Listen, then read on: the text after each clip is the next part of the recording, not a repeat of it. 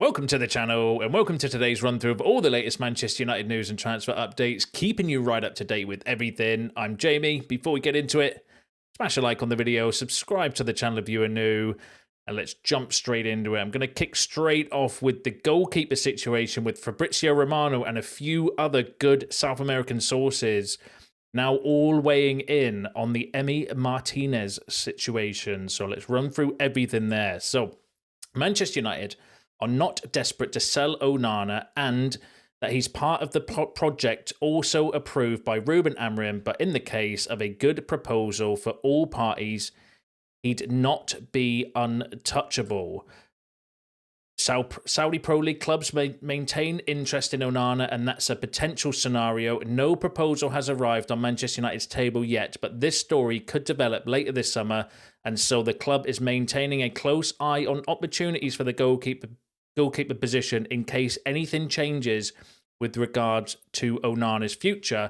In addition to Torino goalkeeper Vanya Milinkovic-Savic, who has remained on the shortlist since March, as exclusively confirmed by Gimme Sport sources, revealed that Manchester United also had positive feedback from Emi Martinez as a potential candidate for the goalkeeper position in case Onana decides to leave Old Trafford this summer. Initial contacts took place, and the understanding is that Martinez, described as being world-class, would be open to joining Manchester United even without Champions League football, and he is ready for a new chapter in his career. Now, that was a report written by Fabrizio Romano in Give Me Sport, suggesting, he's kind of backtracking a little bit on what he said yesterday, that he was not hearing that anything regarding the goalkeeper situation, but now almost suggesting that, look, the goalkeeper situation is open. Onana is not seen as unsellable. If the right offer arrives, we will sell Onana. There's interest from the Saudi Pro League, but nothing concrete as of yet. But then, interestingly, confirming that the initial contacts took place, and the understanding is that Martinez would be open to joining Manchester United. So those reports have been bringing you over the last few days from South American journalists, suggesting that contact's been made with Martinez's agent. There's more reports coming out today as well, saying something similar, that we're now maybe making contact with Aston Villa regarding Emi Martinez. So this is one that's definitely worth keeping an eye on, because there's no smoke without fire. And I've said before, maybe one of the ways you force Onana out is by bringing in a replacement, and then you're forcing his hand, because if he's not going to get game time, you've got AFCON coming up, it's World Cup next year as well. So, this could be one that's plausible, or definitely worth paying attention to. Aston Villa are also in a bit of a situation from PSR as well, so maybe they would be wanting to do a deal before July the 1st as a way to avoid any potential penalties there. Could there become some sort of shenanigans where we maybe pay a little bit more for Martinez that gives Aston Villa some money, and then they in turn buy, Rashford or Garnacho, because the reports are Aston Villa would be interested in those, although Rashford, I think, doesn't necessarily want to go to Villa. He's waiting for Barcelona still. There's an update on him I'm going to bring you near the end of the video as well. So definitely one to keep an eye on. Really interesting regarding Martinez. Just on Onana, L'Equipe are a good source, so that Manchester United's Andre Onana and Chelsea's Petrovic have been considered by Monaco as their goalkeeper pursuit continues. So that's one to keep an eye on. Another link with Onana maybe being of interest to Monaco, and L'Equipe are a good source of information as well. So Saudi Pro League, and then if Monaco may potentially come in, that wouldn't be a bad shout or bad destination for Onana. Whether they would be able to afford the price, though, that's required for Andre Onana for his book value, who knows? But we'll pay attention to it and keep an eye on it. In terms of Martinez, South American sources have said that Manchester United are advancing in talks to sign Emi Martinez. He is willing to join United, and formal negotiations with Aston Villa are expected to begin in the next few days. And then a really good South American outlet, they've got like 3.8 million followers, so I'm going to assume they're fairly decent, saying that Manchester United have made official contact with Aston Villa to find out the terms of a potential deal for Martinez. The reports are that Villa want about £40 million. I don't think we should be going anywhere near Martinez for £40 million, but the longer we leave it, potentially that's what United are maybe doing, leaving it as late as they can to try and get a deal done, knowing full well that according to the reports, Martinez will be happy to come to United and is waiting and wanting to come. And maybe we're just waiting until last minute till Aston Villa get a little bit desperate, so to reduce their asking price so we can get maybe a good deal for Martinez. I don't think we should be paying £40 million for Martinez, not at his age, and he's not, perfect as a goalkeeper. He makes mistakes. He makes plenty of mistakes as well. I do think he's an upgrade, though, on Onana, but not a £40 million upgrade, in my opinion. I think there's better goalkeeper. You could go for Chevrolet, who would cost less than that. Lemens would cost less than that. Milinkovic-Savic would cost less than that as well. So in terms of like a cost perspective, I don't think £40 million is the right fee for Martinez. But is it we going to do some sort of shenanigans? As I mentioned, are we going to overpay for Martinez that gives Aston Villa some wiggle room for PSR? So in turn, they could maybe then buy, Sancho. They've been linked with Sancho, Rashford, and Garnacho. Wouldn't be the realm. I wouldn't put it past Aston Villa, because they were involved in that weird situation last summer, weren't they? When they were buying players from Newcastle and Chelsea and Forest, and I think it was Everton as well. We're doing all these weird deals of selling young players and for inflated prices as a way to help each other manipulate around the PSR rules. So I wouldn't rule that out neither, but really interested, definitely worth keeping an eye on. But give us your shouts on Martinez. Do you think that's a good deal to do? Do you think it's a bad deal? Give us your shouts on Martinez in the comments. The other player mentioned in Fabrizio Romano reports was Milinkovic-Savic. Napoli are in negotiations with Torino for Vanya Milinkovic-Savic. Talks took place today as Napoli want to anticipate Manchester United and other clubs who are interested. So Romano saying that Napoli have maybe made their first move for Milinkovic-Savic. That'll be a bit disappointing. Like, out of the two, if you're going to ask me, and I'm going to ask you actually, out of the two, who would you go for, Emi Martinez or Milinkovic-Savic? I actually like Milinkovic-Savic. I think he would be the better one to go for. Cheaper as well. But we'll have to wait and see if Napoli do make their move. Does that then force United to maybe be looking at Martinez? And again, there's no smoke without fire regarding the goalkeeper situation. It definitely looks like it's one to pay attention to, and one that is boiling up behind the scenes, because you don't get Romano and very good South American reporters and journalists and outlets all saying contact. He wants to come. United are now maybe making a move with Aston Villa as well. So it's definitely worth paying attention to. But give us your shouts, give us your thoughts on the goalkeeper situation in the comments. Now let's go through. I'm going to go through the Mbeumo news, but the reality is there's no real update on Mbeumo. There's been a lot of talk and a lot of noise, but I'll probably summarize it just initially saying that there's no real movement. Just some people are saying it's getting close. Others, Duncan Castle has come out saying he thinks Tottenham might be interested still. So we'll run through it, but realistically, it's much of nothing in terms of Mbeumo. So Ben Jacobs said that Manchester United are in constant contact with Brentford regarding Mbeumo, making verbal suggestions regarding the structure of the deal, so that when they make their official second bid, it's with the utmost confidence that it will be accepted. Duncan Castle, though, suggesting that Manchester United have offered a package worth more than £60 million to Brentford for Bryan Mbeumo. That's not yet been confirmed by any more credible sources. So this was in a podcast that he did yesterday. So I would say take it with a pinch of salt. And then on his podcast, there's got a few people bent out of shape, I think. He said the indication to Manchester United was that Bryan Mbeumo had chosen to move there. He'd verbally told them his preference was to move there. I've not heard exactly the same on that. I think there's a good chance that Mbeumo, should Tottenham get to the price that Brentford are asking, £70 million, that he might choose Tottenham ahead of Manchester United. And there's a couple of obvious reasons for that. One, it allows him to stay in London, and secondly, it allows him to keep playing for Thomas Frank. So yeah, Duncan Castle going against the grain and saying that in the first instance that United have made an official or make it and offered a package of more than £60 million at Brentford, but then also in the same podcast saying that if Tottenham bid for 70 million, he would prefer to go to Tottenham. And I would say there's not been any legs since there. There's not been any credibility behind it. Duncan Castle was at one point in time a really, really top journalist. I think more so with certain clients, like with George Mendes clients and Mourinho specifically, he's definitely one to pay attention to. But I would say at the moment, take that with a pinch of salt, because all the other credible sources like David Ornstein and everyone like that have all been saying that no, he's waiting for United. So we'll stick with that for the moment. I will bring you any updates if they come out. Graham Bailey, though, suggested that Manchester United and Brentford are close to agreeing a fee for Bryan Mbeumo. United will pay over £60 million, with a fee around this level always assumed to be needed to convince Brentford to sell after Cunha joined for £62.5 million. So that's believed. They were the original reports, weren't they? With Mbeumo was that Brentford were asking for Cunha money for him. Whether we would get there with add-ons, I'm going to assume so. I don't think United want to pay £60 million up front, and that's what the sticking point is. Brentford want a big upfront payment.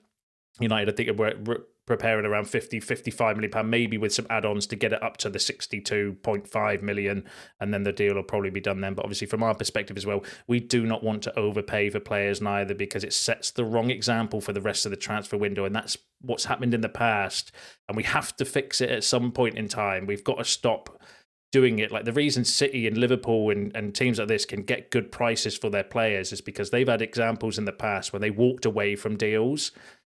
Like, City walked away from Maguire when his price started to get too expensive, for example. The same with Alexis Sanchez when his wages started to get too high, for example. So they've got a reputation now of walking away from deals if the price is not right. Yes, they have to negotiate still, and they're obviously better negotiators than United, but they've got a track record of walking away. So when City go to a club, they know full well that if they don't do a decent deal, City are just going to walk away and go for somebody else. Whereas with United, we've got a reputation of going to a club that with a player that's we value at £40 million and paying 70 million for them, and not walking away and actually overpaying for them. Like, we valued Anthony before we signed him at 25 to 30 million pounds, and we ended up paying close to 100 million euros for him, which is insanity. And that's the problem with United. That's the legacy issue. We have to stop doing that. Last summer, there was a good point where we walked away from Branthwaite, but Branthwaite was a bit too excessive. That was like going from £50 million to £80 million. So I think we were well within our rights to walk away from that one. But we need to stick to our guns, because that's how you get the better deals going forward. Unfortunately, it's going to take time to fix that. It's not going to be done in 1 or 2 summers. Clubs will always see United as mugs until we prove that we're not. And that's where I think we're at with the Mbeumo deal. That was a bit of a rant. Apologies. Manchester United are optimistic about clinching the signing of Bryan Mbeumo despite late interest from Spurs. That came from Matt Law in the Daily Telegraph, who's a good source as well. So the news on Mbeumo is there is no real news. There's people suggesting that it might be done this week or before July the 1st. Who knows? We'll just keep an eye on it for you and bring any updates when they come out. But give us your thoughts and feelings on that in the comments. Now let's move on to quickly go through the latest. So Alex Crook was saying, I had a message 24 hours ago suggesting that Victor Gyokeres has told friends and family he expects to join Arsenal, but that came from Alex Crook, who I would say take with a pinch of salt. He's not the most credible source. So we'll wait and see what happens. And again, there's not been any credibility coming out suggesting that that's the case since he said that.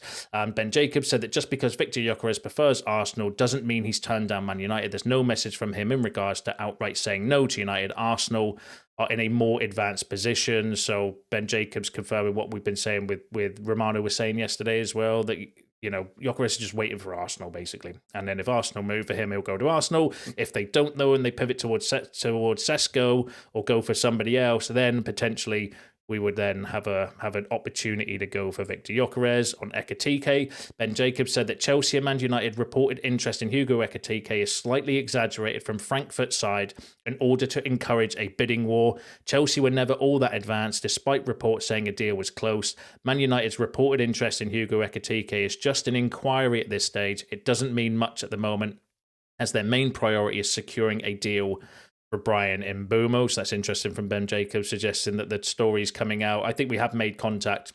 Well, we have made contact with Ekitike. That's been confirmed by multiple sources, Romano and everyone like that we've made an inquiry, but it is just that. It's an inquiry just to say what's the price, what the parameters of the deal, other clubs bid in, that sort of conversation. And it was blown a bit out of proportion, according to Ben Jacobs, from Frankfurt's side, because they want all the clubs bidding, because that's the way they're going to get maximum value for money for their player. Romano, though, said there's a feeling amongst top English clubs that Frankfurt may accept around 80 to 90 million euros for Hugo Ekitike in the coming days or weeks. So again, we need to keep an eye on the striker situation.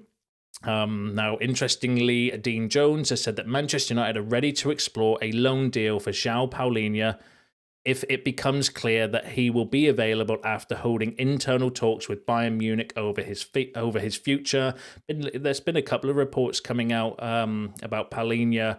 I'm not sure if it was a loan deal and we run out of money, because we can't get the exits that we need to move on. I wouldn't necessarily be dead against doing that. Yeah, I wouldn't be against doing that. It's not a deal I'm a particular fan of, though. I'm not sure if it's the right profile of player we need for the midfield, but he is a good player. And Premier League experienced as well. Would be a good age to bring in somebody that's ready-made. We know that the reports yesterday from Lloyd Whitwell were saying that Amorim wants a few more players that are ready-made. He wants to strengthen that first team with a core of players that are actually proven and ready to go, so then they can help support the young players coming through, and that's why I think we've seen a bit of a change in direction in transfers, where we were linked with all the younger signings, and now all of a sudden we're going for players mid-20s, Palhinha's late 20s. Maybe that could be an option, but I'll wait and see. I want to see a bit more credibility. Dean Jones is a decent source, but we'll keep an eye on that one for you. But give us your thoughts and shouts on that in the comments below. Now, Rúben Amorim wants his new signings on board for the club's pre-season tour of the USA in 4 weeks' time. He sees the tour as the ideal environment in which new signings can fully integrate within the squad. So that came from Disco Mirror, who's decent, suggesting, and it's been widely reported that Rúben Amorim does want to get as many players in as possible ahead of pre-season, because he sees this season as the one to make gains and train the players and integrate them, because there's no interruptions, there's no World Cup, we've got the Club World Cup.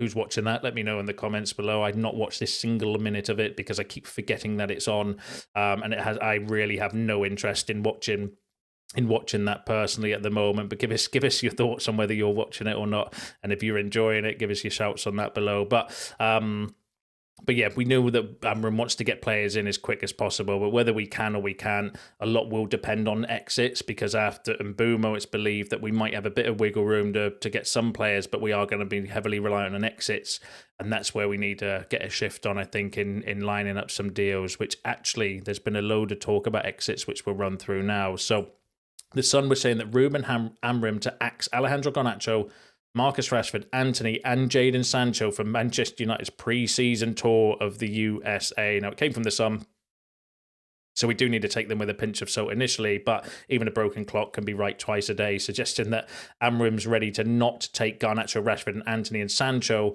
on the pre-season tour of the USA. There have been a few other reports suggesting maybe that Rashford's asked the club to not go on the tour as well, as he looks to try and secure his move away from United, and we'll go through the rest of the exit talk in a second regarding that as well. So that would be interesting. And ironically as well, or not ironically, but Sancho and Antony, you cannot buy their club shirts. You can't buy, they're not printing Antony and Sancho's names on shirts with their numbers. Rashford and Garnacho, you still can. So that's a clear tell, isn't it, that they do want to get rid of definitely those two. But these are we know this. It shouldn't come as a surprise that we're looking to sell those 4 players, but it would be brutal to not take them on the tour, and would be a statement of intent, I think, from Rúben Amorim, where he doesn't want distractions. He doesn't want people around that are not the right profile or haven't got the right personality or the right character. He doesn't want those sort of people around the dressing room as well, which is interesting. Now, on Antony, Samuel Lucker said that Antony is prepared to take a 30% wage cut to leave Manchester United.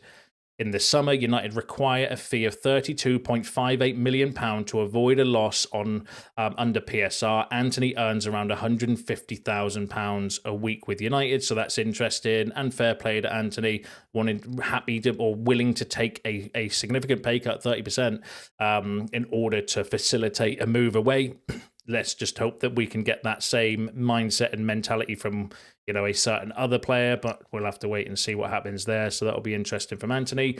Graham Bailey said that Marcus Rashford still wants Barcelona move, and they still want him despite impending arrival of Nico Williams. There are a few murmurings of that, actually, that maybe Barcelona would still want to go for Rashford, maybe to use him as a striker or use him in one of the other positions as well. Who knows? But that'll be interesting to see and keep an eye on. In terms of Marcus Rashford is expected to have his number 10 shirt revoked, which is set to be reassigned to Matheus Cunha. Again, that came from Samuel Lucker. So there have been a few reports supported before suggesting that Matheus Cunha might be getting the number 10 shirt at United, which will be interesting to see how that plays out. And again, that will be another tell that we're definitely looking to sell these players. And then in terms of Sancho, Juventus have made moves for Jadon Sancho. The buying Canary club has intervened in the last few hours by talking with Manchester United about Sancho. Napoli, on the other hand, had already taken action in recent days by speaking directly with the player. So Di Marzio is suggesting that Juventus have maybe come in now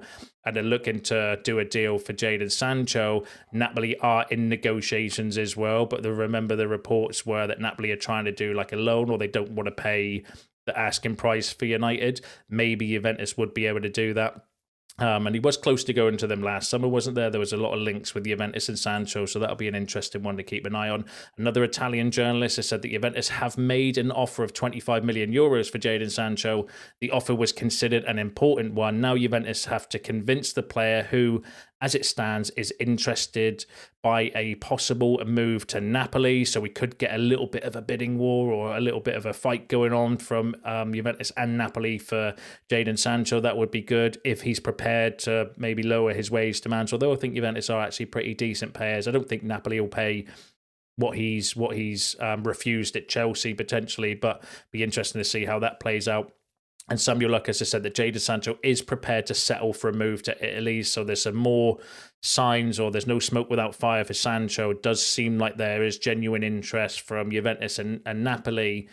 And according to Samuel Lucas, who is a good source, he's a shit stirrer, but he's got connections.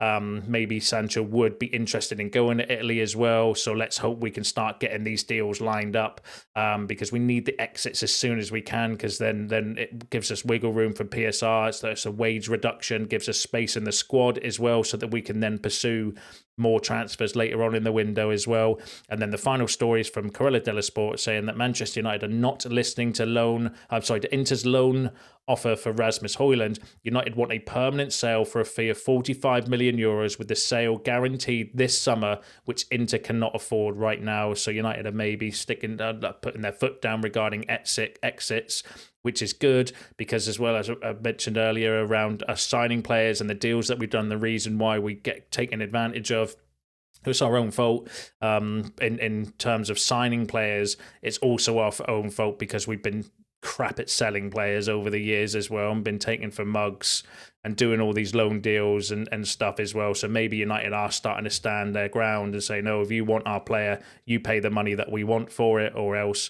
I'd like to think that, but we'll have to see the evidence of that going forward, because I am still skeptical about the exits, because that's been, one of the biggest issues. I think last summer Iniesta did a good job at signing players for relatively decent prices. I don't think we got mugged off by any of the signings that we paid. In fact, I thought we did a really good deal with Mazraoui with his price. It's just the exits. Like we need to see, us getting a little bit more like stamping our foot down more when it comes to the exits, and demanding the prices that are befitting, that we want or that we need for that particular player, because for far too often we've been mugged off by our exits as well. So it'll be really interesting to see how all of that plays out. Now, my phone has been going off it while I've been recording again as well. Every time I've done a video recently this week, there's been some sort of breaking news or some news where I've had to go back and re-record the video. Amazing news. So the breaking news, the reason why my notifications on my phone have been going off so much. Are you ready for this?